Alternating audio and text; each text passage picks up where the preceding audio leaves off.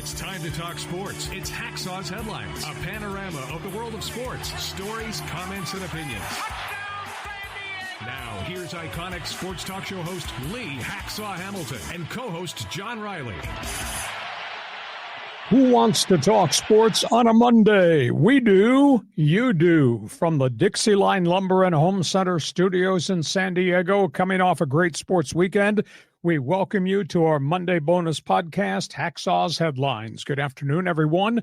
This is Lee Hacksaw Hamilton, along with my co-host from left field with his opinions, John Riley, and we welcome you to our Monday bonus podcast. Podcast is brought to you by DIXIELINE Lumber and Home Centers, 9 locations to serve you in San Diego. You got projects, they've got ideas. You want materials, they are there to serve you. Go to DIXIELINE Lumber and see all the things they have to offer. John Riley, good afternoon. We got a ton of topics on the table because we do sports talk the way it should be done. We're going to talk about games, and we're going to talk about storylines and firings and late-breaking stories. Great sports weekend, followed up by World Series game tonight. Here comes, is it 5 p.m. yet? Can't wait. I know, it's outrageous. I mean, you came in here, you're scrambling, you're taking notes. Your head was about to explode. This is the calmest I've seen you so far. Boy, there's an awful lot out there in the world of sports, and we try to cover everything, and we tell you what we think. And then when we're done, we invite you to join us. We want you to be part of what we call Fans Forum. We offer you the opportunity to ask a question, make a statement, fire a shot if you must. John, for everybody that joins us on live stream, how does Fans Forum work? Fans Forum. So this is your chance to speak to iconic sports broadcaster Lee Hacksaw Hamilton, just like in the intro music that we had. I love that. So anyways, if you have a question or comment for this guy, for Lee Hacksaw Hamilton, drop your take in the live chat on YouTube, X, or Facebook, and we'll get you involved in Fans Forum. And if you got a critique for the guy with his opinions from left field, make sure he knows what you think. Fans Forum chat box is now open for business, anything and everything. Couple of other notes. I write about sports every day of the week. It's on my website, leehacksawhamilton.com. It is all written. It's there first thing every morning. Want you to take a look at it. We think you'll be very impressed. Who wants to join my insiders group? I want you to get on our private email. We send out 2 emails a day to people on the insiders group, and it's absolutely free. On the website, there's an orange box. Fill it out. Put your email address in there, become part of Hacksaw's Insiders Group. Share, tell everybody what we do Mondays and Thursdays at 1:30. Subscribe. When you subscribe on the YouTube channel, you will get the alerts, ding, ding, ding, ding, every time we put new videos up, and we do 7 to 10 videos a week in addition to the podcast. So make sure you subscribe. You can really help us grow this thing. Follow, give us a thumbs up. Give us a 5-star rating. It helps us a great deal. You're on social media. I know you're on social media. I want you part of my Twitter all-star team on X. Just type in my name, Lee Hacksaw Hamilton, and then hit the follow button. That way you'll get alerts every time I put something up on X. You get the chance to take part in Hacksaw's mini polls. We do sports mini polls later every evening. I got the whole waterfront covered. You too. I wear you out with you're just amazing. I mean, and all the promos, you just got it all nailed down. Let's talk sports now. Okay, we got a lot to cover, going a lot of different directions, bunch of late breaking stories. We're going to get to all that over this next hour, and then you're going to join us in Fans Forum. John, Game 3, World Series, bingo. Coming back to Hollywood, L.A., misery to masterpiece. I'll tell you what, that first World Series game, Toronto, when Blake Snell got lit, that was misery. Bullpen got torched, that was misery. Immediately, everybody emotionally fell apart. Oh, the Dodgers in big trouble, that was misery. And then 24 hours later, it became a masterpiece because there was Yash Yamamoto retiring 20 batters in a row against the best hitting team in baseball in postseason, the Blue Jays. Yamamoto was amazing, 9 strikeouts, 4 hits, another complete game, which you don't see in modern-day baseball, and the Dodgers posted the victory. Now we're marching on to Game 3. Of all the guys in the Dodger rotation, the one that's the most Jekyll Hyde to me, the one that I don't know that I can really trust, is the guy's going to get the ball tonight at 5 o'clock, Tyler Glasnow.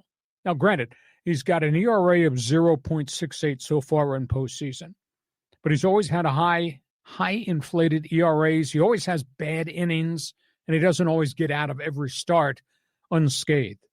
So Glasnow is going to start, and he's going to start against that old dog, Max Scherzer. I'll tell you, you talk about a guy pitching on guile, because I just don't think he's got the stuff that he used to have, but he's still out there bringing it, and he's pitched some big games for the Blue Jays in postseason play. Dodgers collectively as a team, still not really hitting consistently at all. Toronto scares you in their batting order. I mean, what they did to Snell, what they did to the Dodger bullpen in Game 1 was pretty impressive. Now, they got choked off in Game 2 by Yamamoto, but boy, they don't get cheated on their swings. They swing at everything, and they don't strike out a lot, put a lot of balls in play. So it's going to be fascinating to see if Scherzer can hold up, how much gas he's got left in the tank, and how good is Glasnow going to be against a team that's now got a collective batting average of .298 in postseason with the Blue Jays. Going to be fun. Game 3 tonight. Actually, 3 games, 3 nights, Dodger Stadium, because it's a 2-3-2 series. Going to be fascinating. And a sidebar comment. Do you know how much crap I took for wearing that Dodger script hoodie? A ton. Unbelievable. Here on social media, and I wore it when I did grocery shopping, and I got stopped in the aisles by people saying, why are you wearing that? Just absolutely amazing. Conversation point. It is. Okay, John, go ahead. Respond to games 1 and 2 from misery to masterpiece. What do you expect tonight? Yeah, you got a lot of crap on social media. People are coming up. They're like, Hacksaw, what happened? You're like a traitor. What are you doing? Wearing the Dodger uniform. It was funny. Well, anyways, comments on all this. Okay, first of all, the Dodgers are just going to roll through this thing. I mean, half the Blue Jays roster was playing in the minor leagues at various points of the season, and Gossman he's got to be their best pitcher, and he didn't make it through Game 2. I mean, it's fun to root for Toronto. They're the scrappy little guys up north, but the Dodgers are just going to friggin' roll through this thing. I mean, I don't see this even being competitive. And Glasnow, it's hard to complain about an ERA under 1.0. I mean, he's going to be fine. He'll probably have a high pitch count. Hopefully he goes 5 innings, but the Dodgers are just going to cruise on through. Dodger bullpen, get this. In all of the playoffs, Dodger bullpen is a 6.16 ERA. Yikes. Now, they've not called on Sasaki yet against the Blue Jays, but everybody else has gotten banged around. Well, when Yamamoto goes a complete game, and when Snell goes 7 innings, I mean, it's all you need is like these big time, gold standard number 1 starters, 1 through 4, and then Sasaki to finish it up. And how about Blue Jay fan? That first game, after they jumped all over Snell and they got to the end of the game, and Ohtani's coming up, and those Blue Jay fans, we don't need you. That was nice. I mean, it was good. I mean, the Blue Jay fan got played. What do they call that? It's almost a little bit like what happened to Brian Flores in the NFL, sort of, kind of, where they kind of go through the dog and pony show when everyone and their brother knew that Ohtani was going to go to the Dodgers because it's the Dodgers. Okay. Got a comment? Game 3, Game 4, Game 5. I mean, this is a Monday, Tuesday, Wednesday, back to back to back Dodger Stadium.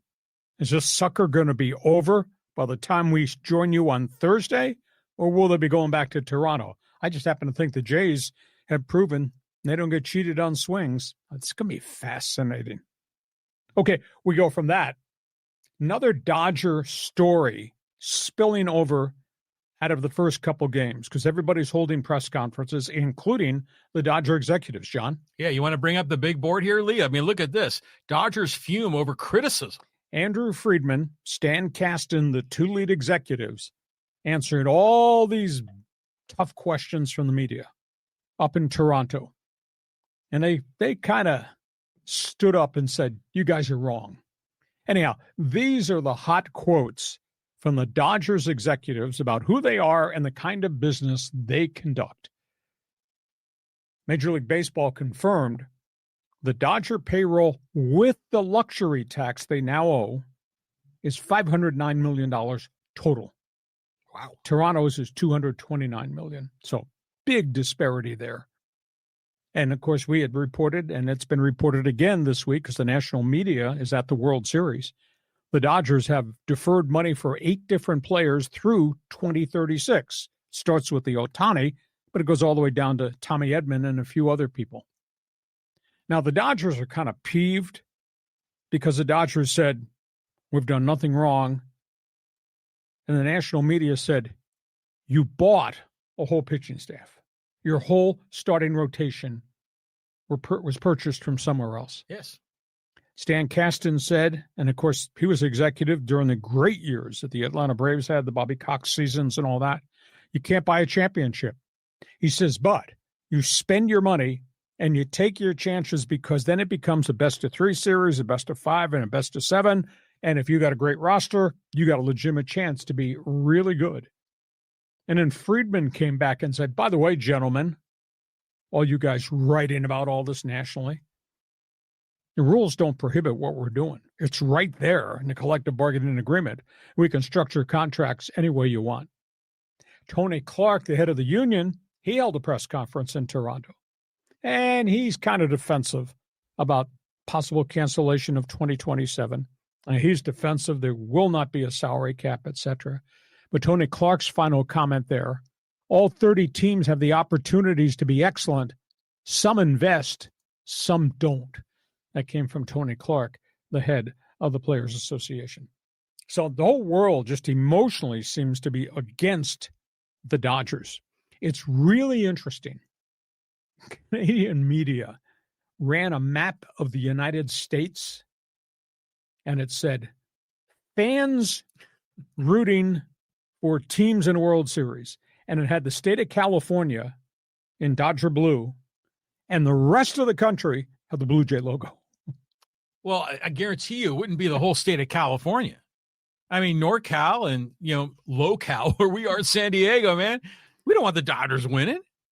I mean, so, yeah, you got a lot of crap, too, for calling them the evil empire. But you know what? They spend money far more aggressively than Steinbrenner did back in the day. Because you said they didn't just buy their starting rotation. They bought Shohei Ohtani, and they put it on a layaway plan, or really a credit card plan to be a better analogy. But they bought Teoscar Hernandez. And, they essentially bought Mookie Betts, so the evil empire fits, but it's like a sneaky evil empire, is they look like good guys, but they really, they have an unfair advantage. But I'm not so worried about the money, just call it what it is. They bought the team. But to your point, the floor to ceiling, raise the floor would be far more important than lowering the cap. Okay, I'll ask this question on Fans Forum for baseball fans, because we get unbelievable reaction from baseball fans, be it Padre fans, Dodger fans, Angel fans, just baseball fans in general. Are you offended that the Dodgers are allowed to have this kind of payroll at $509 million total? Are you offended? Is it good for baseball? Or is it great for baseball to have major markets fighting for the World Series? Or are you bothered because it means half the teams can't afford that, can't make those type of mistakes on player investments? Fans Forum chat box is open. Feel free. Jump on board. Are we wrong to refer to the Dodgers as the current evil empire? Fans Forum chat box is open. Fill that box up. Want to hear from baseball fans. Are you offended? It makes me think of like June Cleaver, like clutching her pearls. Like, oh, I'm afraid. Are you offended by what the Dodgers spend? This is just awesome. I love this. I think I drank too much coffee this morning. I think you did. Okay, baseball notebook. We got a couple other tidbits here. Let's get to that. Okay, yeah, let's bring it up. I got the Tigers at the top of the list. Big story. Now, Detroit had a really good season. Detroit's been building towards greatness, didn't get there again. What is Detroit going to do with Tarek Skubal? Because the rumors are everywhere that when the general managers go to the GM meetings next week, the Detroit is going to start taking trade offers for Tarek Skubal. This guy is a stud. This guy is their ace. He's got 1 year left on his contract. The opinion from agents is that Scooble's going to ask for $30 million per year, and Detroit's never paid that. And Detroit does not seem willing to pay that. But what message does it send if you trade Scooble? I mean, he's 13-6 this past year, 2.21 ERA. Nobody has it. 2.21 ERA, 241 strikeouts and 201 innings. So what message does it say if they trade him? Cubs, rumors everywhere that when the free agent window opens 5 days after the World Series is over, they're going to offer Dylan Cease of the Padres $30 million a year to go back to Chicago. Wow. I mean, that's a phenomenal amount of money. It's double, more than double what he's making now. Cease, by the way, in San Diego, 22-23, 3.98 ERA. His Padre numbers almost match his numbers that while he was with the White Sox. But the Cubs reportedly, they got space, they got money. They want Dylan Cease. Padres, is it time to make a decision? I've gotten so much response to things I've said on this podcast, the columns I've written on my website about Albert Pujols.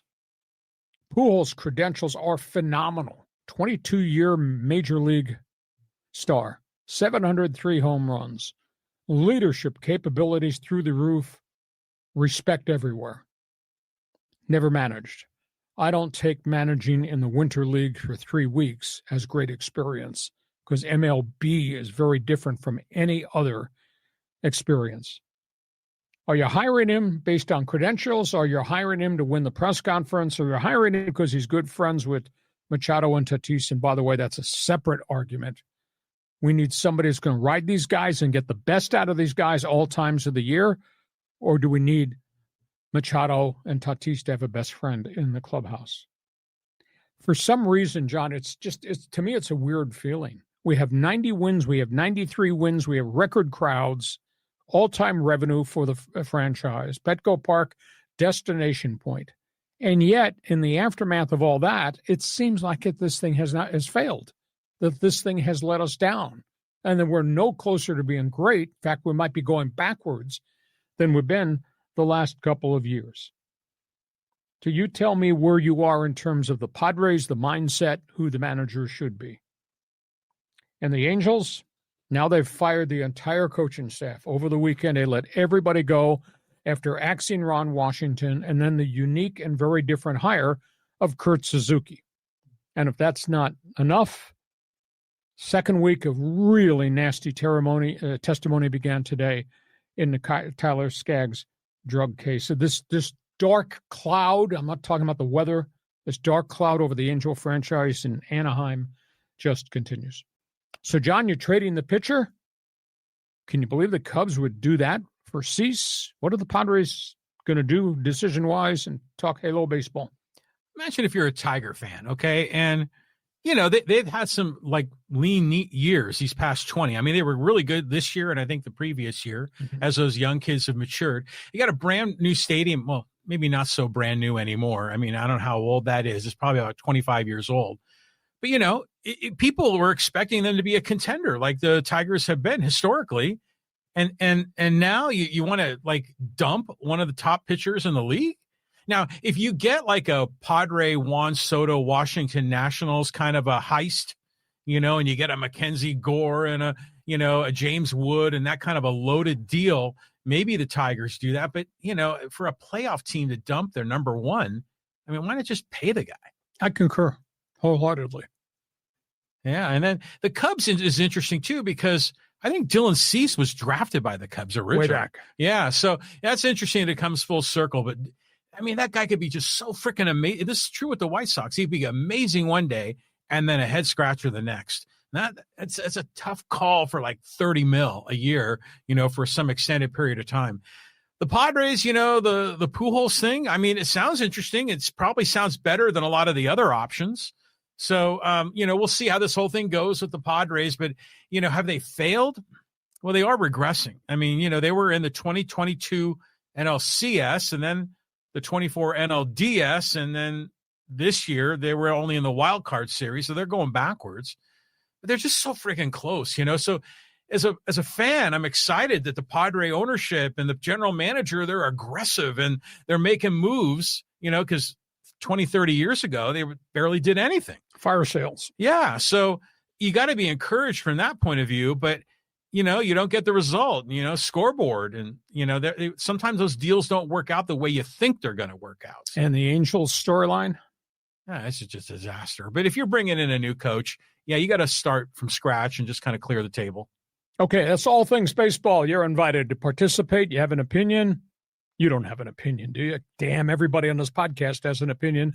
Fans forum and chat box is open. We go from baseball. Let's talk NFL football. John, fire away. Fire away NFL football. And I'll tell you what, Lee, this Charger game was a huge win for them. I think it was. I think Justin Herbert saved the Charger season because this thing was really going off track. Now, Minnesota is off track.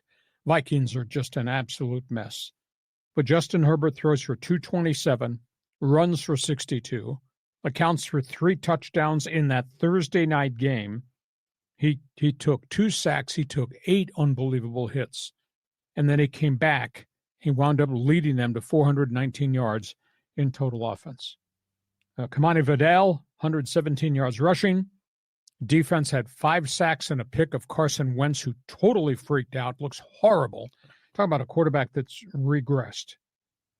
The Chargers are sitting there at 5-3. The Chargers have a chance now to put together a streak. They could be 9-3 within a couple of weeks because they go play Jacksonville, Tennessee, Pittsburgh, and the Raiders in the next 4 weeks. Mark my word, pal, 9-3. And I don't think the Chargers are a complete football team, and I think their offensive line is a mess, and I don't think they stop the run, but they could be 9-3 over the next 4 weeks. Now, after that, after they get done playing those guys, ready for this? Back-to-back-to-back, Eagles, Kansas City, Dallas's offense, and all things Denver. Oh, wow. That's a gauntlet right there, 4 in a row. Yep. Hey, who were the easy 4 again? Jaguars, Titans, Steelers, Raider Nation. Well, the Steelers might be they'll be the tougher of the 4, but the Chargers should roll, right? I think so. Yeah. So that potential there to be 9-3. You're into the NFL, you're into Charger football, feel free to join us. Scoreboard, baby. Next topic. Okay, next. By the way, did you see Carson Wentz in that game? Like on the sideline, on the bench, just going, oh, man. I mean. Well, he was banged up. He was hurt. He was getting no help. He looked miserable. He was like going through like a personal mental crisis through that whole thing. It was a rough go for that guy. Okay, let's keep it going here. Let's get the scoreboard up. Let's talk about marquee games. Dallas got their doors blown off in Denver last night. When it was over, the Broncos had 44 points on the board against Dallas, and despite the heroics of Dak Prescott, they couldn't stop them. I mean, it was phenomenal to see these guys go up and down the field. Bo Nix, 4 touchdowns. R.J. Harvey, rookie running back, 3 touchdowns. Denver had 426 yards in offense against the once proud Dallas Cowboy defense. Penalties killed the Cowboys. Defense killed the Cowboys. Dak Prescott couldn't do it by himself. It was like he was in lifetime 3rd and long all night long. Dallas is just a disaster. Green Bay, Pittsburgh. Packers showed up on the Three Rivers. Jordan Love throws for 360 in Pittsburgh. At one stretch, Jordan Love completed 20 passes in a row. Wow. Once upon a time, the Steelers played defense. Not right now. This is really hard to believe that this is happening in Pittsburgh. Green Bay wound up with 464 yards along the way. It was just absolutely amazing how poorly the Steeler defense has played. And Aaron Rodgers just can't do it by himself either. Next game, Houston Texans. Houston rocks and rolls and slugs San Francisco and Mac Jones. Jones took way too many hits. Will Anderson and the Texans defense went crazy. C.J. Stroud, best game of the season, threw for 318. All the injuries. San Francisco got so many injuries. I think it's finally really kind of caught up to them. Buffalo Bills, next logo. Buffalo, Carolina. Bills have lost 2 in a row. Bills coming off a bye week. Bills totally pissed off. They went into Charlotte and creamed the Carolina Panthers. James Cook, running back, ran for 216, couple of touchdowns.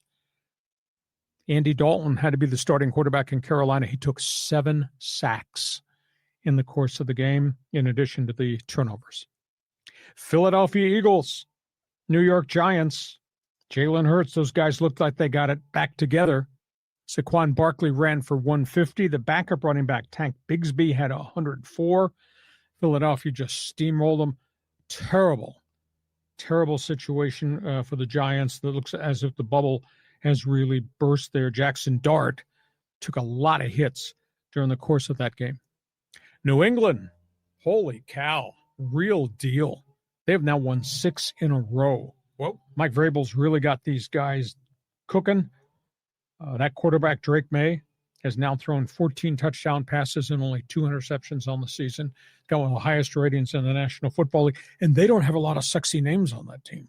I mean, there's no blue chip number 1 draft picks there outside of the quarterback, but yet they've really come together. A little stroke of luck. They've stayed free from injuries. New England is the real deal.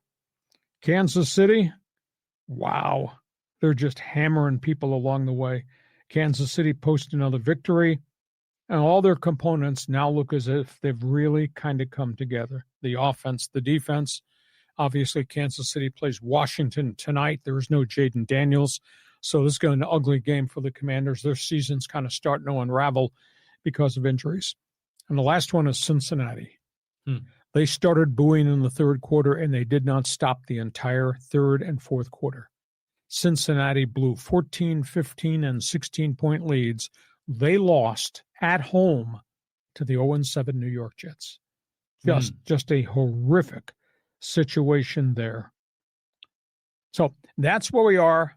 Big games on the weekend, National Football League, as we're getting to the midway point of the season. Reaction.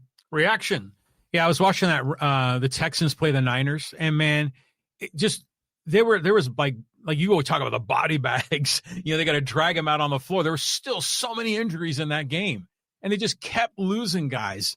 And you're like, it's just a crisis for the. I don't even know how Shanahan holds that thing together. And Mac Jones is he going to get up? He just kept taking so many hits, and yet he got up and stood in there. I think he threw for 198, but that's at the hardest 198 he's ever earned in his life. Oh, yeah. I mean, that was a tough go. But, you know, let's talk about the real story here in the NFL this week.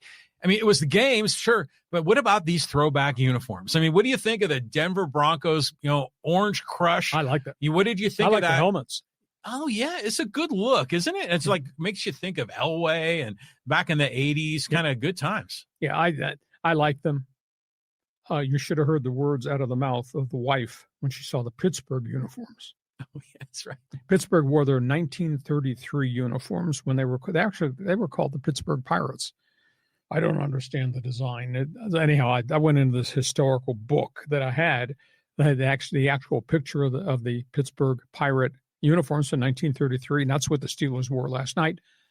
Don't do that again, please. Oh, well, again, I told you, sports and art, there's a lot of commonality here. I really like that Steeler uniform. You know what it reminded me of? As a little kid, I used to watch Speed Racer. Do you ever remember that cartoon?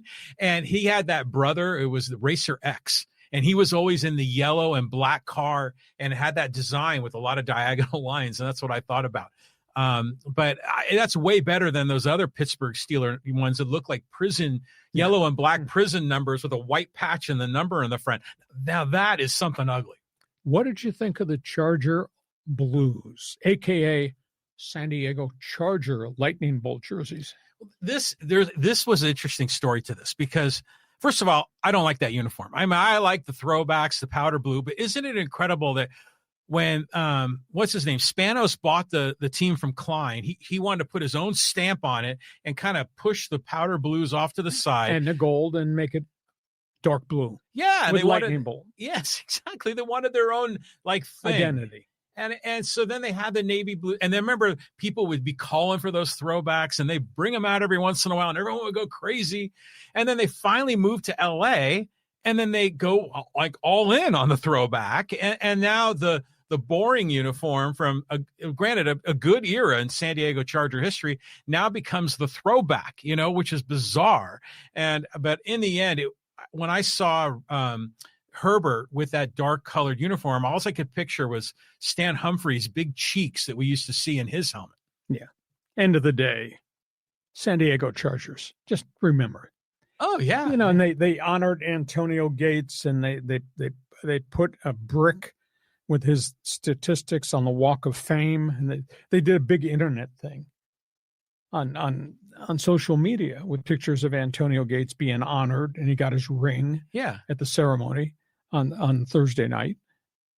And they made a big thing out of it, to which I responded, please remember, San Diego Chargers.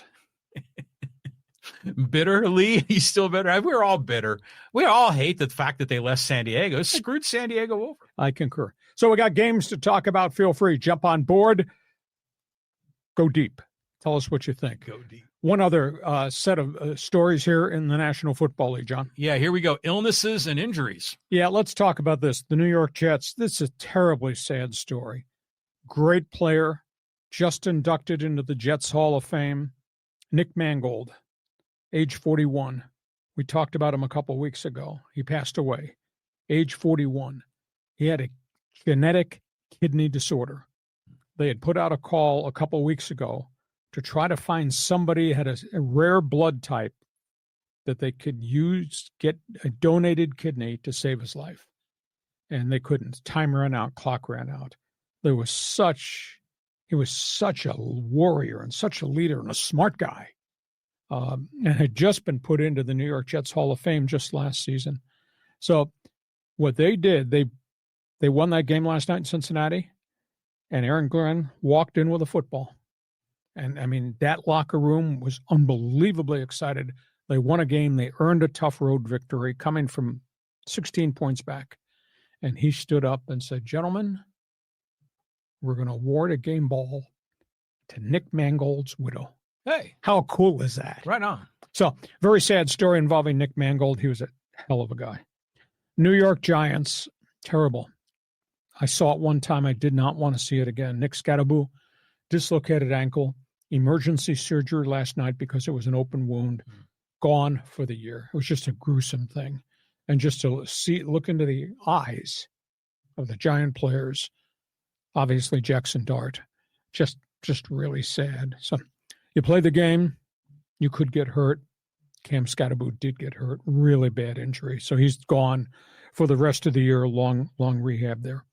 And in Kansas City, the Chiefs just announced that number 1 draft pick, Josh Simmons, the offensive tackle, the former Aztec, kid from San Diego, left the team 3 weeks ago, is still away from the team, but has contacted the team and says he will return in a couple of weeks. He's got a family issue. We're led to believe it's an illness, and we're led to believe it's got something to do with hospice. For him to be away from football for such an extended period of time, that's kind of a challenge. That's kind of really hard. But Josh Simmons has informed them he will be returning in the next couple of weeks, maybe by week 11 of the season.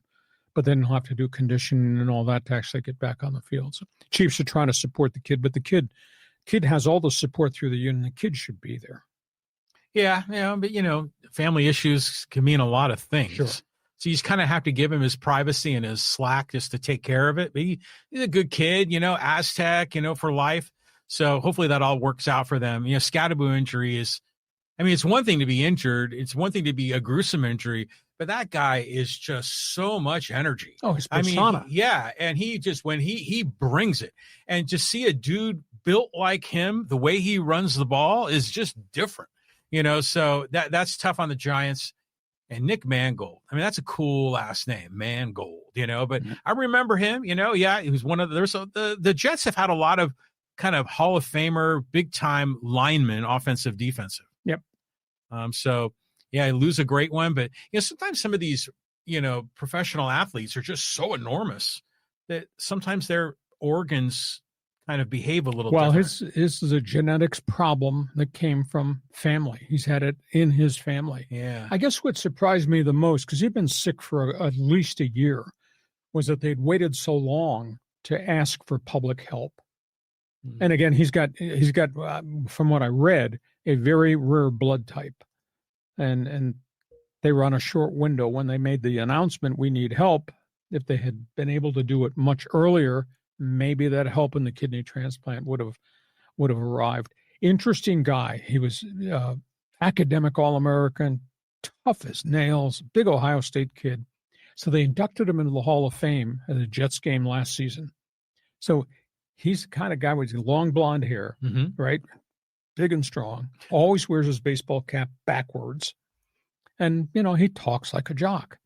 So anyhow, he gets to the podium and he thanks his coaches and he thanks his wife and his kids and all the people that were on his road to glory. And he says, I am so honored to be in the Hall of Fame. I'm going to celebrate. He pulls open his jacket and he had a 6-pack of beer and he drinks it right at the podium because that's who he was. He was a really cool dude. Wow. So lost a great one, man. Yeah, very much so. We are at halftime. This podcast brought to you by DIXIELINE Lumber and Home Centers, 9 locations to serve you in San Diego. You got projects, they've got materials. The holiday season is just around the corner. I'm going to give you an idea because DIXIELINE specializes in all kinds of things. I mean, they specialize in lumber, obviously, help contractors, help the homeowner, the do-it-yourselfer with a big tool display.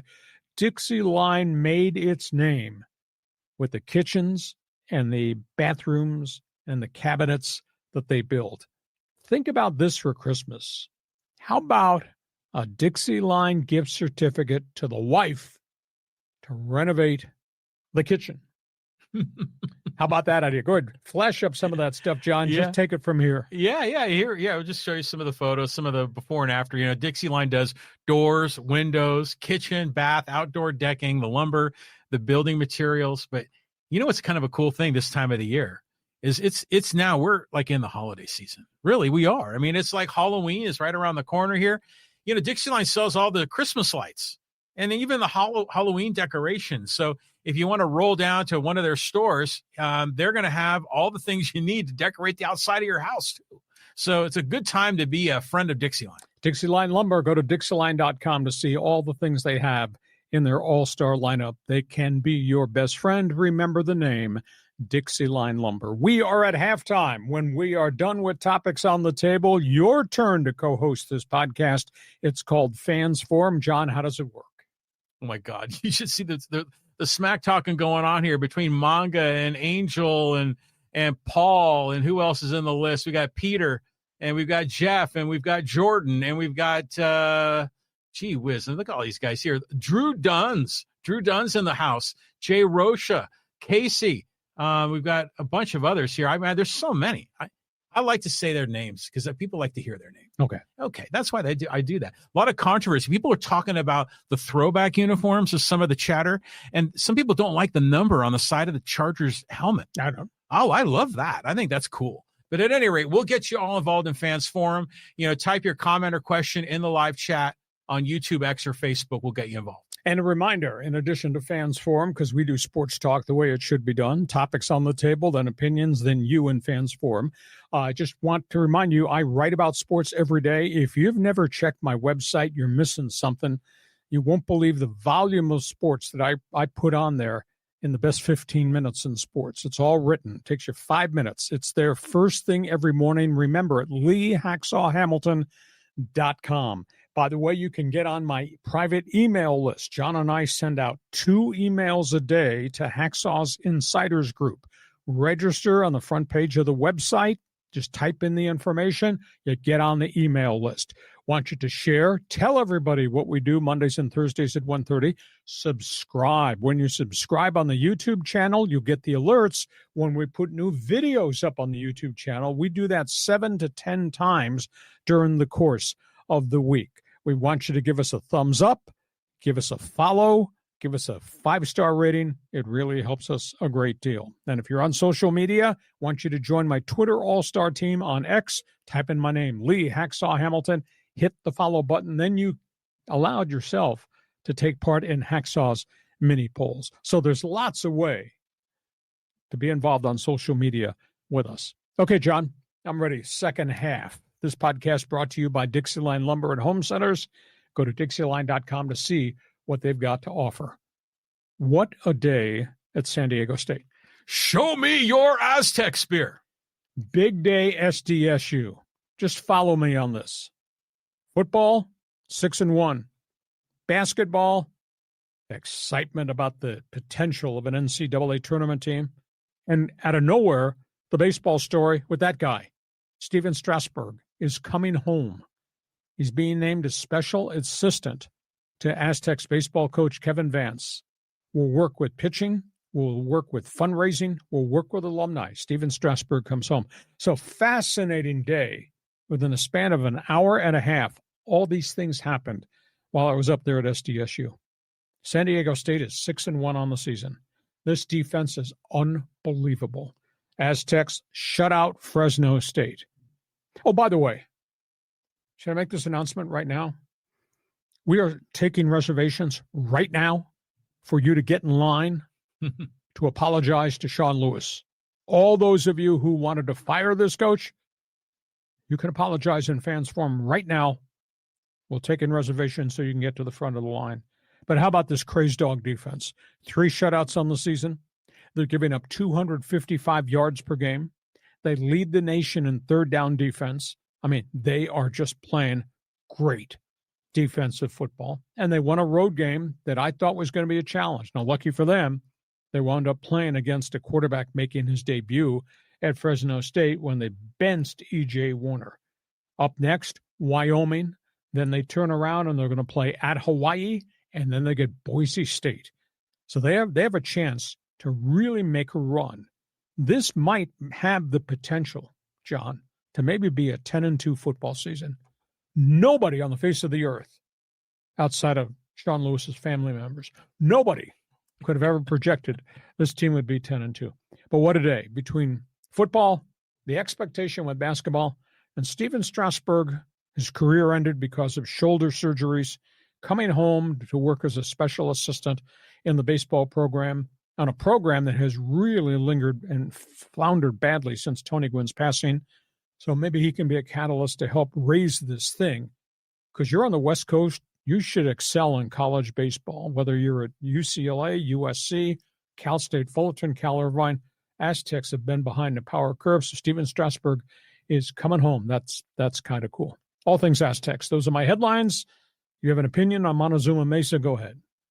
You know, you're a big doubting Thomas about the Aztecs. I mean, you were like, who in the hell have they played? They haven't played anyone. Well, going on the road to Fresno and shutting them out on their turf.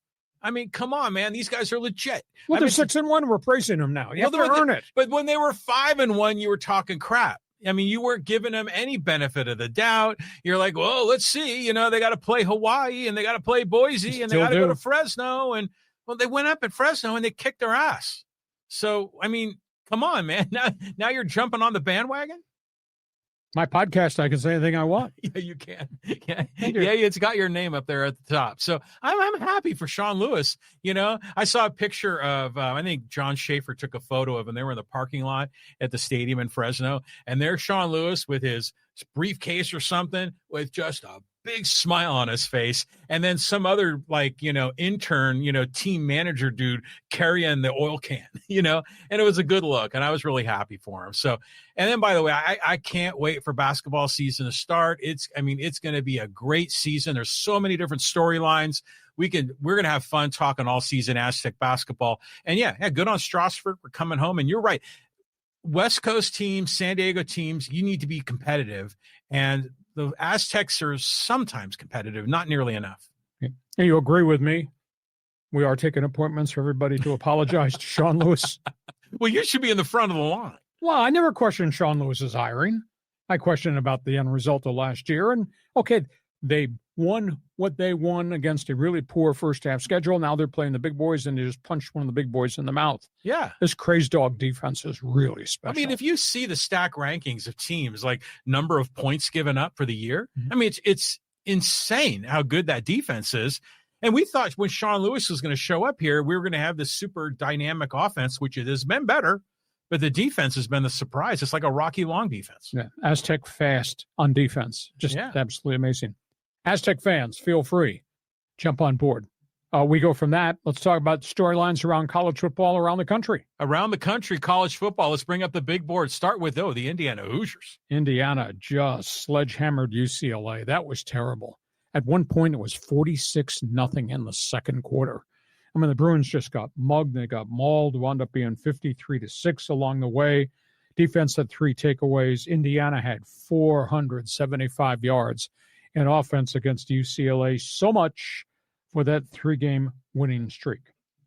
Texas A&M, they walked into Baton Rouge and they destroyed LSU, 49-25.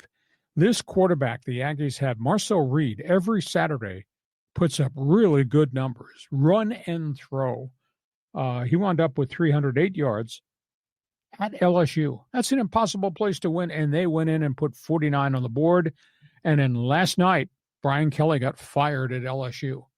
Now, this coach was 34-19, ex-Notre Dame coach, ex-Cincinnati coach.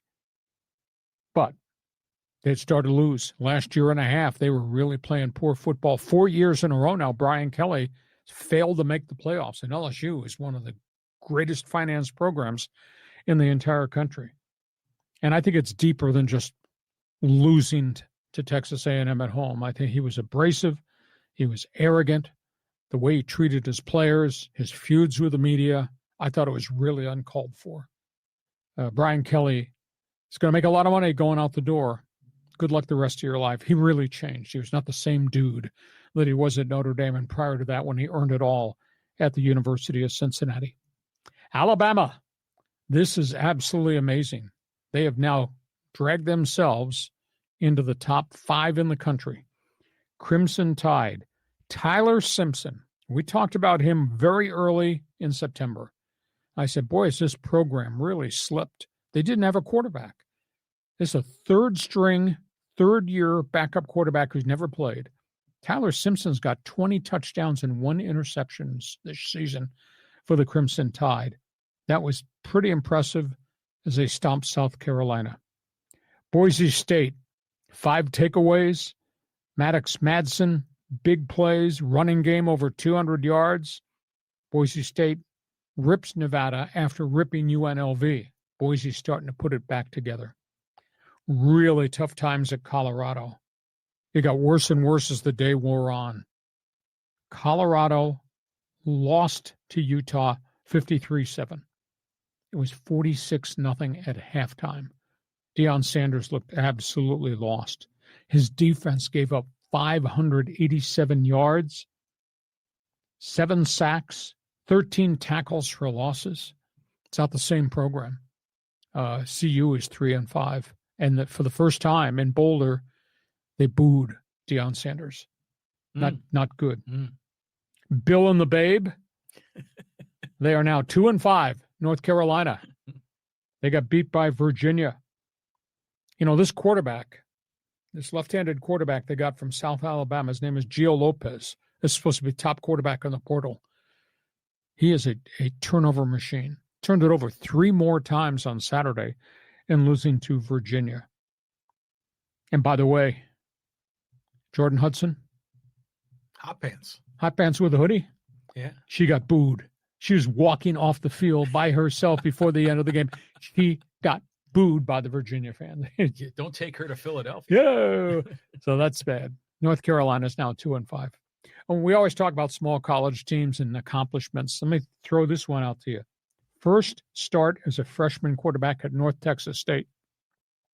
His name is Drew Mestmaker. First start, 608 yards passing, 4 touchdowns for North Texas State. How impressive is that? Did you say his name was Messmaker? Mestmaker. Well, he doesn't make a mess. No, he would 608. We hardly see 500-yard passing days in college football. This dude threw for 608. Wow. One other note, really tough note. Virginia Military Institute, VMI, plays in a Southern Conference. They went in and played Mercer University of Georgia, which is a 1AA power. VMI gave up 834 yards in a game. I've never seen a number like that in college football, ever. So, landslide. So there we are. You want to talk about Indiana? You want to talk about Brian Kelly? Talk about Boise State? They'll be here in a couple of weeks to play the Aztecs. Go ahead, John. Well, this Indiana Hoosiers team is just, and they're fun to watch, and Signetti, like I said, he looks like he's like broken the code. He suddenly figured everything out. Now, they've had now 2 games where they've won by over 50 points. I mean, seriously, do you think they could be competitive with Ohio State? I mean, do you think that Indiana could be the national champion? I mean, they look unbeatable right now. Does Indiana wind up playing Ohio State in the championship game? It's 1 versus 2 in the Big Ten. Yeah, I think they will. And I mean, we're going to get that answer. And I'd like hypothetically, let's just say Indiana wins that against Ohio State, which would be a huge game. Well, Ohio State would end up going to the playoff too. They could meet a second time in the playoff. Maybe. So I think it's interesting. And the North Carolina game, it was like, they got the touchdown, and you could kick in overtime. They could kick a field goal to tie. He went for 2 at home, and I'm like, okay, good for you, Belichick, for being ballsy. And the dude missed it by 3/4 of a yard, and you're like, bummer, So they went for it there. And then, by the way, the VMI logo that's up there, you sometimes wear a shirt that has a VMI logo on it, and obviously it's a distinguished military academy and everything else, but that's a very confusing logo, don't you think? I mean, it's just not for those who know what VMI stands for. Okay, yeah. But it's not, VMI is not Army, Navy, Air Force. It is a military school. It's kind of like the Citadel. It's the next layer down. Yeah, I'm kind of confused by all that and like how those things are ranked, within the military hierarchy. Yeah, I've seen the way you dress. You do look confused, yes. Okay, it's all things college football. You got an opinion. Indiana, Ohio State, Big Ten championship game. Both of them probably wind up in the college football playoffs. Yeah. Now Oregon's going to be in this mix too, and a few other people along the way. So interesting. College football fans forum chat box is open for you. Oh, just a quick one here, if you don't mind me interrupting. Just to the fans out there was this thing that happened. I saw it on my screen that we lost our connection to Facebook. Because we'd live stream on Facebook, Twitter, and YouTube. And there was some question. I mean, even John was saying that the stream on YouTube was interrupted too. So if you have any feedback on it, please drop it in the live stream. I'd like to know what's going on. Okay. Let's talk hoops. Hoops. Okay. I mean, we've got, the NBA betting scandal. I mean, this has gotten really ugly. Yeah. We're 3 days removed from the FBI press conferences. There's all types of reaction to this whole situation. Chauncey Billups and his agent have just gone public and saying, what the FBI said is not correct. I am innocent of any wrongdoing. What I was told by NBA insiders that I know, that Billups is a big poker player, that Billups was invited to sit at a table with 4 guys in a round of poker in Vegas. He did not know who these other guys were. The one guy, the money man who came to play, who wanted to meet Chauncey Billups, he was the mark. He lost $1.8 million in a rigged poker game. I was told Billups didn't know who the other 2 guys were at the table. The other 2 guys at the table who were also playing, they were part of the underworld. They were insiders. So Billups might be an innocent victim of a high-stakes poker game that he walked into, had no knowledge of. Now, there's insinuations around the NBA that there are now other named players who've been invited to take part in high-stakes poker games that might have been influenced by the mafia, too. And I'm not going to say the names that were told to me yet till it comes out in public. But if Billups was an innocent bystander who just was invited to play poker, people wanted to meet him, maybe these 3 or 4 other NBA guys whose names were mentioned to me might have been innocent victims too. Big issue. In terms of the other guys, those guys have money problems. Those guys have a history of running with posse. Those guys' posse had problems with loan sharks. It was absolutely stupid for Terry Rozier, making $20 million a year, to put his whole life's career and earnings in jeopardy to make a couple $100,000 with his posse to pay off a loan shark. And Damon Jones has a history of gambling addictions, bankruptcy twice, no money whatsoever, and feeding inside information about the Lakers while he was an assistant coach on that coaching staff. So we have not heard the end of this. My gut feel this is the tip of the iceberg. I think there's more to it, but I bet there's more Billups guys out there that were victims of this. Does that make any sense? Yeah, it does. I mean, because I always thought Billups was like a stand-up dude, So the fact that he got involved in this, It shook me more that it was Billups involved than it was a gambling thing, because we seem to have like some gambling thing come up in sports almost every week. Yep. But the fact that it was Billups really surprised me. Now, okay, you said you don't want to throw out any names, but I'm going to throw out a name because I saw it mentioned on social media. I don't know if it's true. Was Antonio Gates involved in something like this? Have you seen anything about that? I saw that one, but I was told there's other NBA players who are invited to high-stakes poker games. People want to meet you. I can see how if you're a pro athlete and you're retired and you're kind of out of the limelight, and then suddenly some high rollers come over like, yeah, come on down. We'll have you play poker. They'll love to see you. And then you legit got fans coming. They probably feel good about that.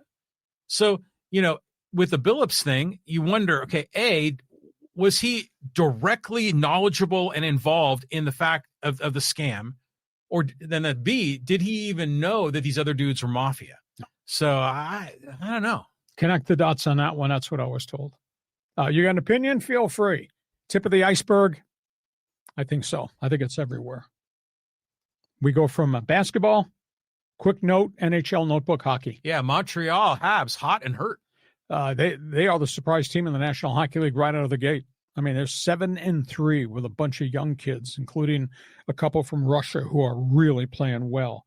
But now they've lost one of their veterans, Patrick Laine, one of their special teams guy, has gone down with a severe core injury, major emergency surgery over the weekend. He's going to be gone 4 months. By the way, Montreal's players are in hot water with the NHL. They lost a tough game in Edmonton on the weekend, and the Oilers were given the benefit of what many people think were terribly blown officials' calls that led to power play goals. The Oilers, I think, wound up winning 7-6. So, post-game press conference, one of the rookies of Montreal said, "Congratulations. When you announced the post-game first star of the game, should have given it to the referees." He's going to get fined. Oh, big time. They're going to get fined. They're off to a really fast start in the NHL, but losing Patrick Laine, that's a big setback. Okay, let's go from that. Hot headlines. The high-speed sports wire start. San Diego FC, man, they looked good last night. Jumped out to an early 2-0 lead, gave up a goal, wound up winning 2-1. Portland wound up playing shorthanded for the final 32 minutes. They took a red card at the 62-minute mark. Portland had goal-scoring opportunities at the back end. So San Diego leads the best-of-3 series. Thank you, Anders Dreyer, 20th goal of the season. They lead the series 1-0. It is best-of-3, but now they got to go to Portland this coming week. And Portland finally is healthy. Portland could have won that game last night at Snapdragon Stadium. So that second playoff game is going to be really hard up there in the Pacific Northwest. Chucky Lozano totally apologizes for a locker room incident 2 weeks ago. Did not let him play. Did not suit up. Now he's practicing with the team. I would assume Lozano is going to be back in the lineup for Game 2 of this playoff series when they go to Portland in the middle of the week. Here's the big issue. He's paid a ton of money. Paid over $7 million. He's only scored 9 goals this season. So he needs to be a better player on the pitch to match what Dreyer is doing. But they're really good. I mean, I think they're going to go deep in the playoffs. But Game 2 in Portland, I think, is going to be a big challenge. NASCAR, we've talked about the lawsuits, the charters, the antitrust lawsuit that Michael Jordan and his 23X team and Front Row Racing, another team, have filed against the France family over the charters. Well, the judge asked him to go back to mediation last week. They met 2 days in a row, and the lawyers insulted each other, at which point Jordan got up and said, "We will see you back in court." So back in court they went Friday. And get this, as the judge asked the lawyers how come the mediation did not work, Michael Jordan's lawyers of the opinion that these guys are nothing more than bullies and they're violating the antitrust law and they have no idea that they should settle this. The lawyer representing NASCAR stood up, looked at the judge, and said, we have a system that works. There's 11 other NASCAR teams that have signed charter agreements, the revenue share, etc. It works. Mr. Jordan, front row racing, if you don't like the rules we have, go race in IndyCar, go race in Formula One. And Jordan lost his mind at the table. So it is really, really ugly. I don't know what the outcome of this is going to be. Final one, Formula One. Lando Norris wins in Mexico City in unbelievably hot, humid conditions. Max Verstappen struggles. He finishes 5th. So Norris is now pulled very close to his teammate Oscar Piastris for the points championship, and there's a ton of money available if you win the points championship. Interesting story, a side story, though. The Great Britain star, Lewis Hamilton. So he holds a press conference out in Mexico City, and they're asking him about this three-way race for the points championship in F1 between Verstappen, the legendary guy who's won it in the past. Piastri has come out of nowhere from South America, become a superstar, and obviously his teammate Lando Norris has been very controversial. Lewis Hamilton says, I hope it's not Verstappen. Verstappen is nothing more than cutthroat. His style of racing needs to be examined by F1. Lewis Hamilton just laid out Max Verstappen. So anyhow, if you're into soccer, you're into auto racing, we do cover those topics on the table. Feel free, jump on board and respond. John, your comments about all things SDFC. Just it's a thrill. I mean, what's going on here? And you know what's great is like the fans show up. Oh, you know, I was Sean Lewis got that kind of a crowd, and you got the guys with the flags and the smoke, and I mean, it's like entertainment, like on steroids. You look good with a cowboy hat on. Yeah, it just. But it's good on them. And, you know, Chucky has been hurt a lot this year. That's part of the reason why his goal count isn't as good as it could be. I think he's had 2 separate times on the injured list. So, I mean, just a Cinderella story. So hopefully they keep it going. Hopefully, you know, there's no like oops upset, you know, like where they get taken out. But they're in a good spot. They're going to go up to Portland for game 2, and that's in a week, right? So I think they're going to do all right. I think it's a great story. And the NASCAR thing, I just have this vision of like Atticus Finch and the To Kill a Mockingbird, and they're in that courthouse, you know, and you've got like the good old boy NASCAR guys on one side, and you've got this like renegade outsider dude, Michael Jordan, who by the way is black, who also played in a different sport. And he is trying to go after NASCAR to try to sort of break up their oligopoly over the sport. And he's got Jeffrey Kessler, one of the greatest antitrust lawyers, representing him. Yeah, so it's kind of cool. You know, it's a cool story in a way because of the angles. You know, I mean, if it's one thing, if it's, you know, just another NASCAR team, but this is freaking Michael Jordan. That's right. I mean, you know, so this makes it really an interesting story. So I don't know, we've seen similar kinds of battles in F1 where they don't want to open up, you know, to some new teams. And I'd say bring it on, man. Antitrust. I mean, the damages, if Jeffrey Kessler and Michael Jordan 23X win this antitrust lawsuit, the damages to NASCAR and what they're going to have to pay forever change the sport. I don't know if it knocks the sport off the radar. It'd be very interesting to see. It's a long process going forward. But, boy, it was really nasty. And the lawyers, you know, Michael Jordan and his people have said, these guys are bullies. They're trying to intimidate us. And here's a freaking NASCAR lawyer saying you don't like it. Go to IndyCar and go to F1. My way or the highway. That's right. Amazing. Okay, those are topics on the table. We've done our job. We want you now to participate in this podcast. Brought to you by DIXIELINE Lumber and Home Centers, 9 locations to serve you in San Diego. You got projects for home, at work, on the back patio, out by the pool. Think about DIXIELINE. Go to DIXIELINE.com, see all the things they have to offer to you. John Riley, here comes Fans Forum, chat box open. It's just, there's so many comments in here. Okay, let's start with David. Thank you, David. He goes, hey, how much money will Billups give Trump to get a pardon? Oh. We're not supposed to talk about politics on this show, but no, I'll be intrigued to see. This is a long, drawn-out process. Billups and his agent over the weekend were just unbelievably defiant.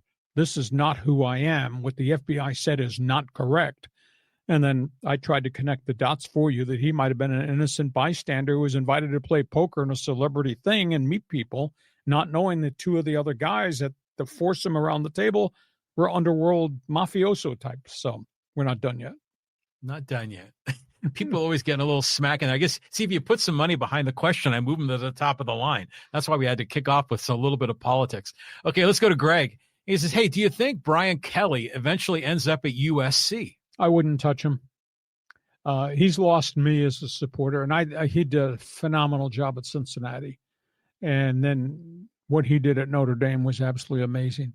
But the stuff that I saw happen at LSU, his treatment of his players, his program, his boosters in the media, to me was a terrible turnoff. I think he's got personal problems.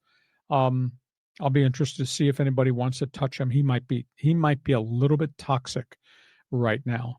And by the way, USC's got a coach, Lincoln Riley, and Lincoln Riley, they give him all the resources in the world to make USC a national power. He's going to put this thing in the playoffs this season. We'll see how far they go. Okay, tell me if this is if you experience this as well. Is that whenever we talk about Brian Kelly or Chip Kelly, I have to pause a beat and make sure I'm remembering the right one. Mm-hmm. And then in the NBA, in the NFL, it's the same way with the McDaniels and the McCarthys, and there's multiple McDaniels that are in coaching. Right. And so you always have to just pause and go, okay, now I know who I'm talking about. Does it confuse you sometimes? Sometimes. But at the end of the day, I know Chip Kelly and I know what he did. Mm-hmm. And at one point, he was upper echelon on my wish list of really great coaches, and he has just muddied the waters something. And obviously, what Brian Kelly did at LSU, to me, I think was terrible.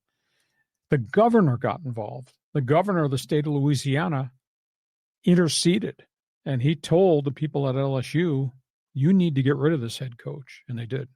Well, a lot of times the head football coach is the highest paid state employee, mm-hmm. So the governor definitely should be able to weigh in on that sort of thing. Yeah. I mean, and by the way, what's interesting too, I just kind of another weird tangent. We never, ever refer to LSU as Louisiana State, do we? No, back in the day they were. Way back. I grew up. They had a Heisman Trophy winner.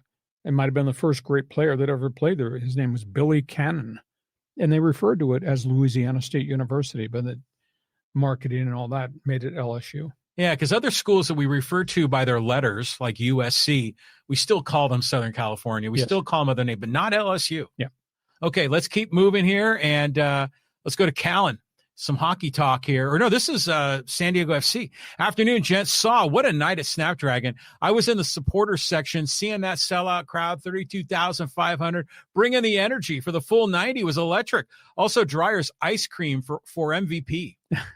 Dreyer's having a hell of a season. If Lionel Messi was not in Miami, Dreyer would be the MVP in the league. But Messi has scored 29 goals already this season, and Dreyer has just crossed the threshold at 20. But I mean, credit the leadership.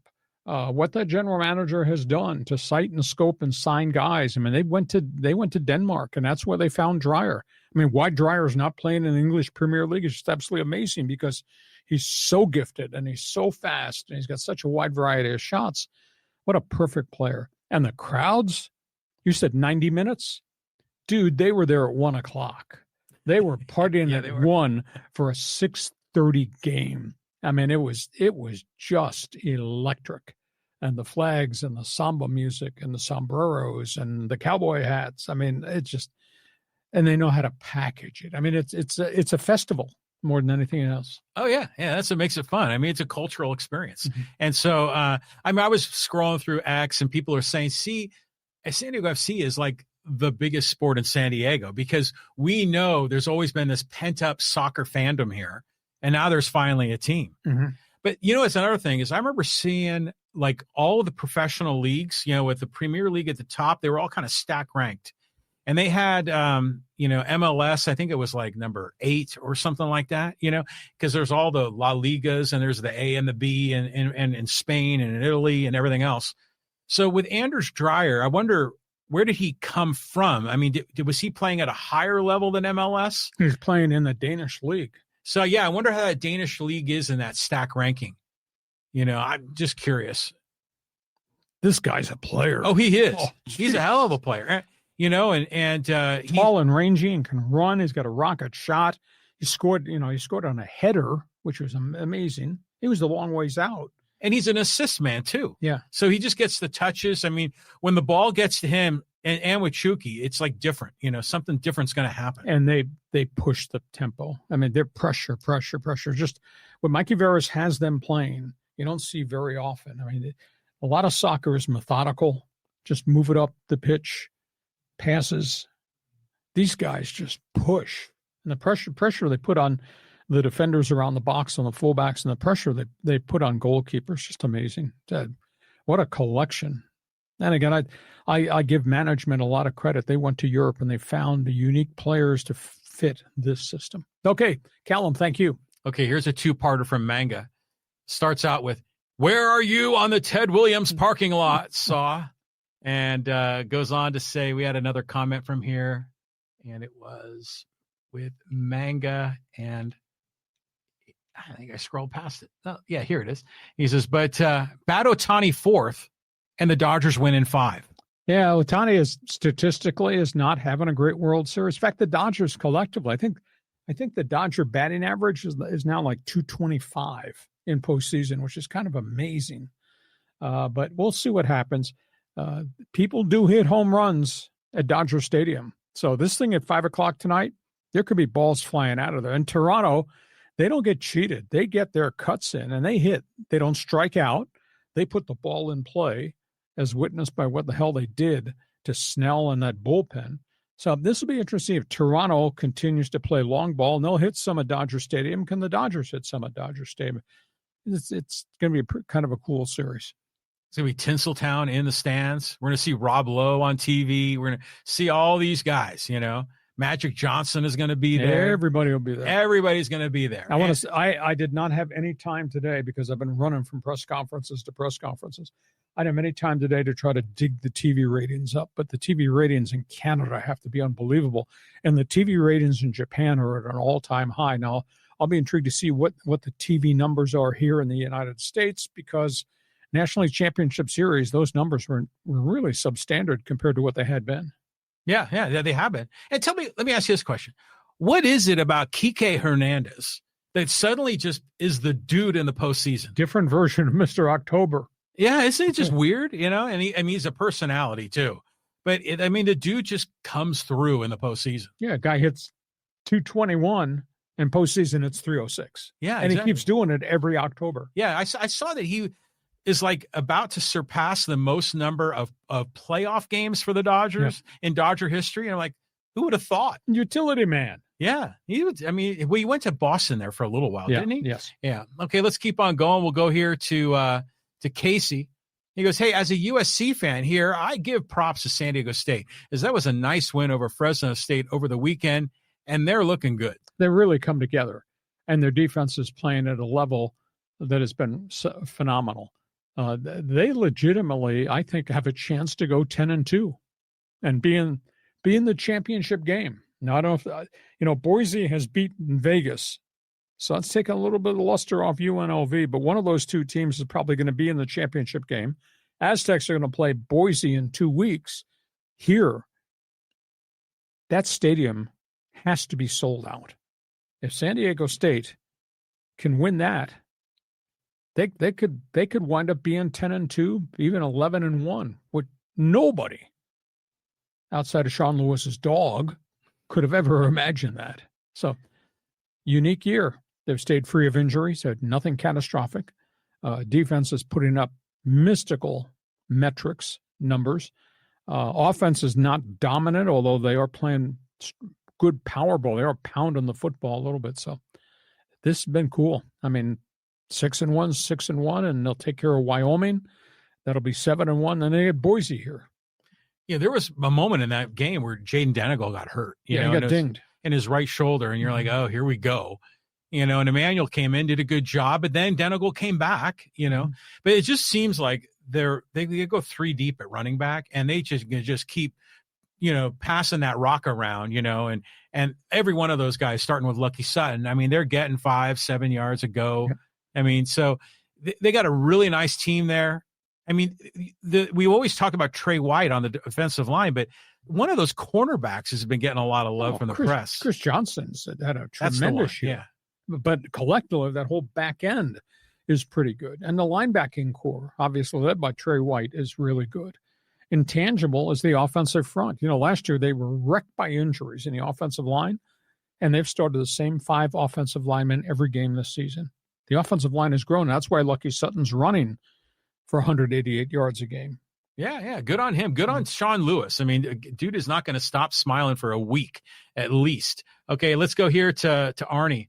Because the NBA gambling scandal is just sad. Need a clean house. NBA leadership needs to take a hard look at itself. Well, the question is, it's society. It's everywhere. I mean, you go to the other street corner, there's a scandal involving the NCAA and kids shaving points. There's at least 14 kids that are under investigation, have left schools. And I'll tell you, it's got to be more than that.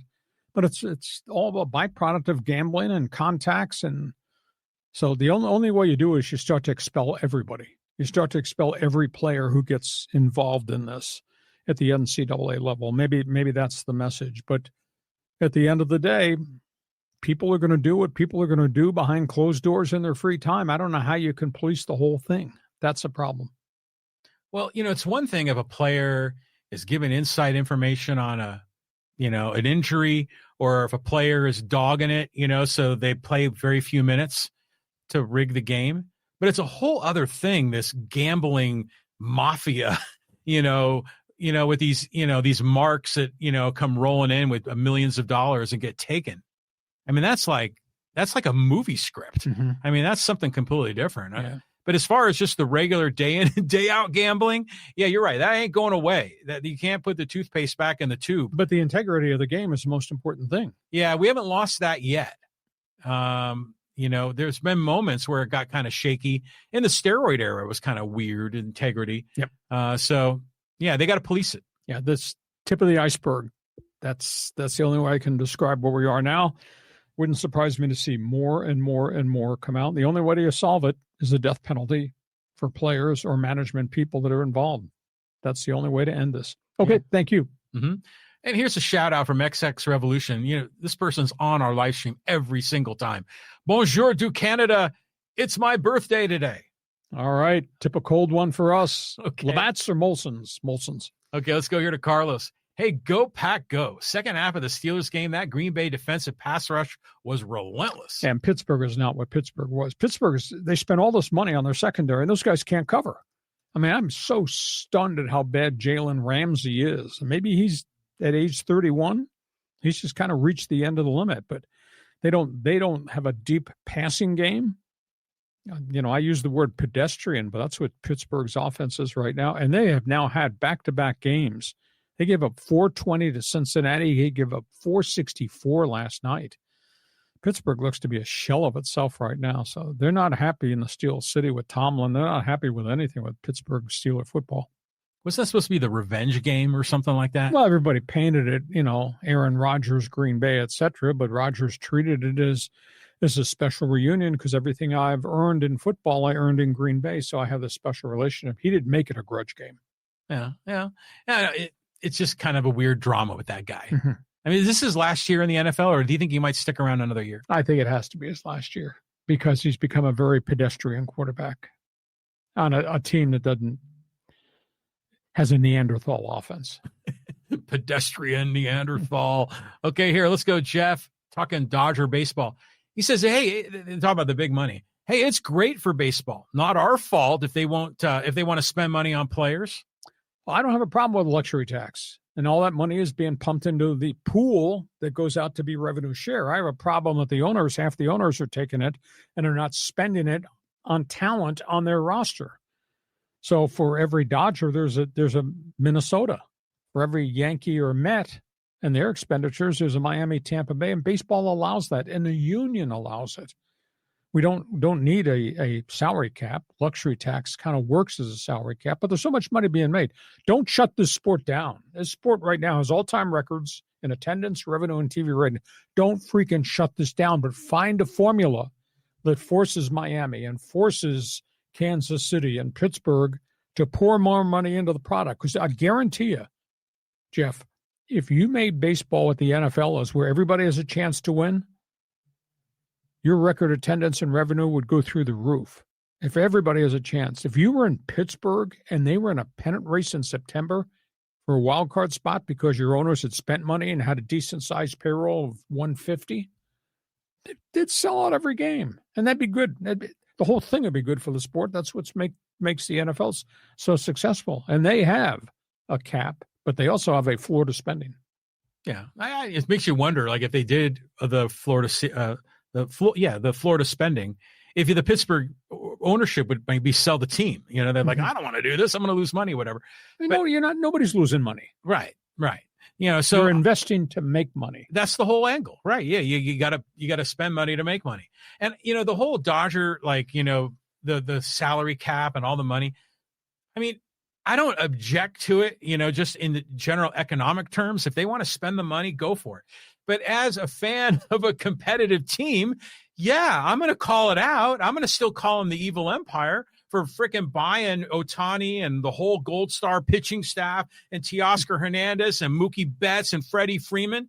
I mean, they're freaking buying this thing. I mean, I'm sure they've got Sheehan, sure they got Andy Pages. Okay. Clayton Kershaw. Okay. But look, Snell is getting a bucket load. Ohtani's freaking getting close to $1 billion. And then not to count all the sponsorship revenue they're getting. So I'm going to call it out. I'm going to complain about it, but I don't necessarily want Major League Baseball to set a hard cap or something like that. I don't think that's necessary. Baseball's got to solve the problem with half the teams that don't want to spend. Yeah, I agree with you. That's a solution to this, and don't stop the season. Okay, we move on. Okay, let's go to John. He goes, hey, non-World Series baseball question. Is Bryce Harper on his way out of Philadelphia? David Dombrowski says no. Why David Dombrowski ever raised the statement, I wonder if he'll ever be elite again, I think is really unfair to Bryce Harper. He's had 2 major injuries in a year. Fractured elbow and forearm or shoulder?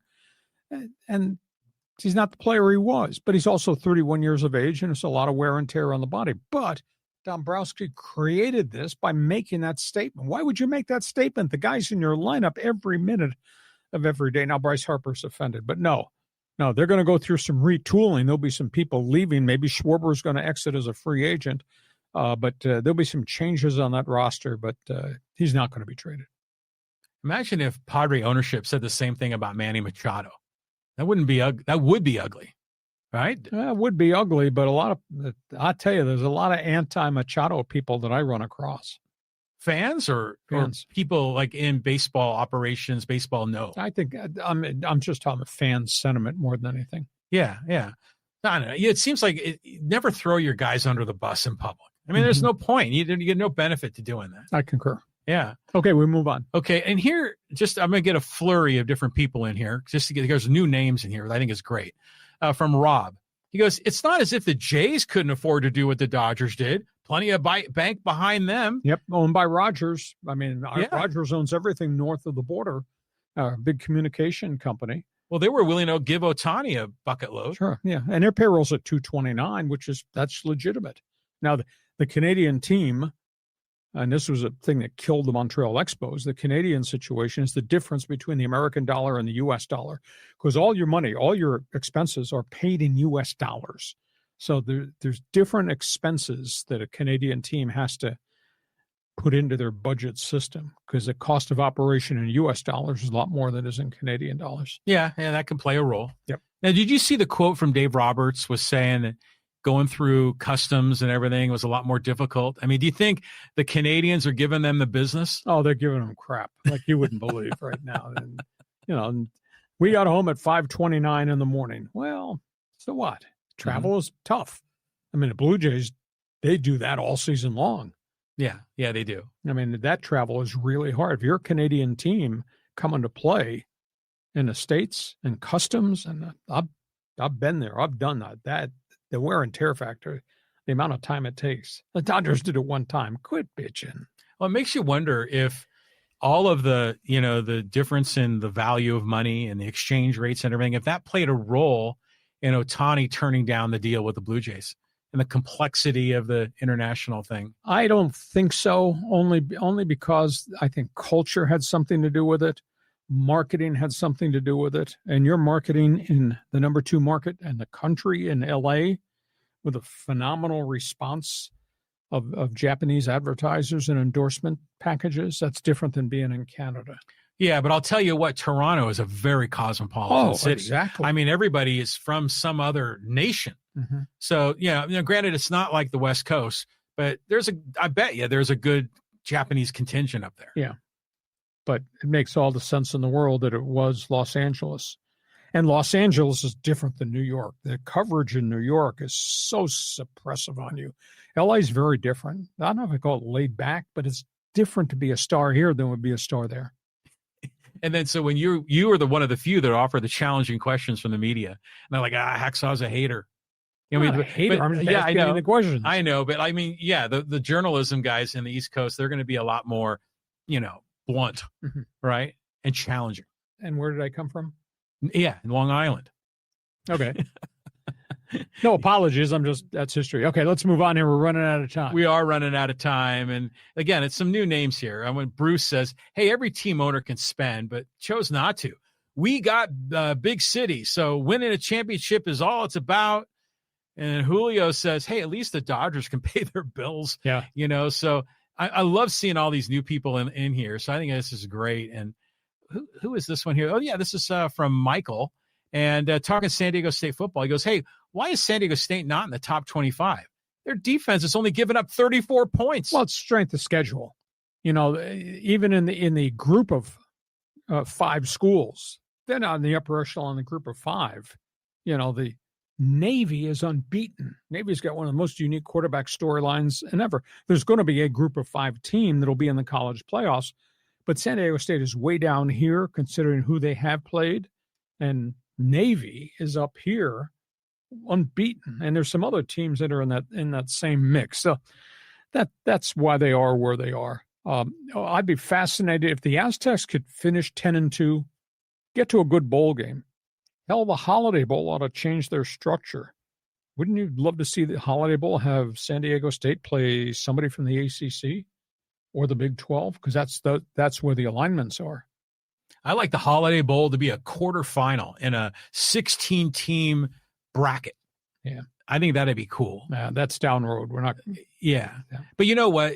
A lot of this thing about the Aztecs in the top 25, there's still, we talked about the East Coast bias and ignorance when it comes to the basketball poll. Well, sure as hell that exists in the football pool too. Well, beat Boise State, which has national rep. That changes. Well, yeah, but you said just who have they played, and they beat Fresno. But Fresno is but okay. You could argue with me, but you're wrong. Okay. Hey, listen, let's wrap this up here. This podcast brought to you by DIXIELINE Lumber and Home Centers, 9 locations to serve you in San Diego. Got projects, they got materials. Looking for ideas that can be your best friend? Go to their website, DIXIELINE.com. We invite you. Tell everybody who we are, what we do Mondays and Thursdays at 1:30. Give us a thumbs up. Hit the follow button. Give us a 5-star rating. That really helps us. And check my website. You won't believe the information that's there, LeeHacksawHamilton.com. John, it's 5 o'clock yet. First pitch about just around the corner. It's going to be fun. Here comes Game 3, World Series. Game 3, World Series, first pitch, 5 o'clock. Who's pitching for the Blue Jays? I mean, it's Glass now for the Dodgers. Who? Maxie Scherzer. Oh, Scherzer. Okay. Well, maybe we'll get like a what was that guy's name? Camarino that hit the grand slam off Scherzer. Maybe something crazy is going to happen. It's going to be fun. We'll be back here Thursday at 1:30 to talk about the World Series, next weekend of the NFL, and all the other stories. As always, thanks for being with us. For John Riley, this is Lee Hamilton. Great to have you part of Hacksaw's Headlines. Join us again for Hacksaw's Headlines on YouTube, Facebook, and Twitter. And find the audio version on your favorite podcast apps. For more content, go to LeeHacksawHamilton.com.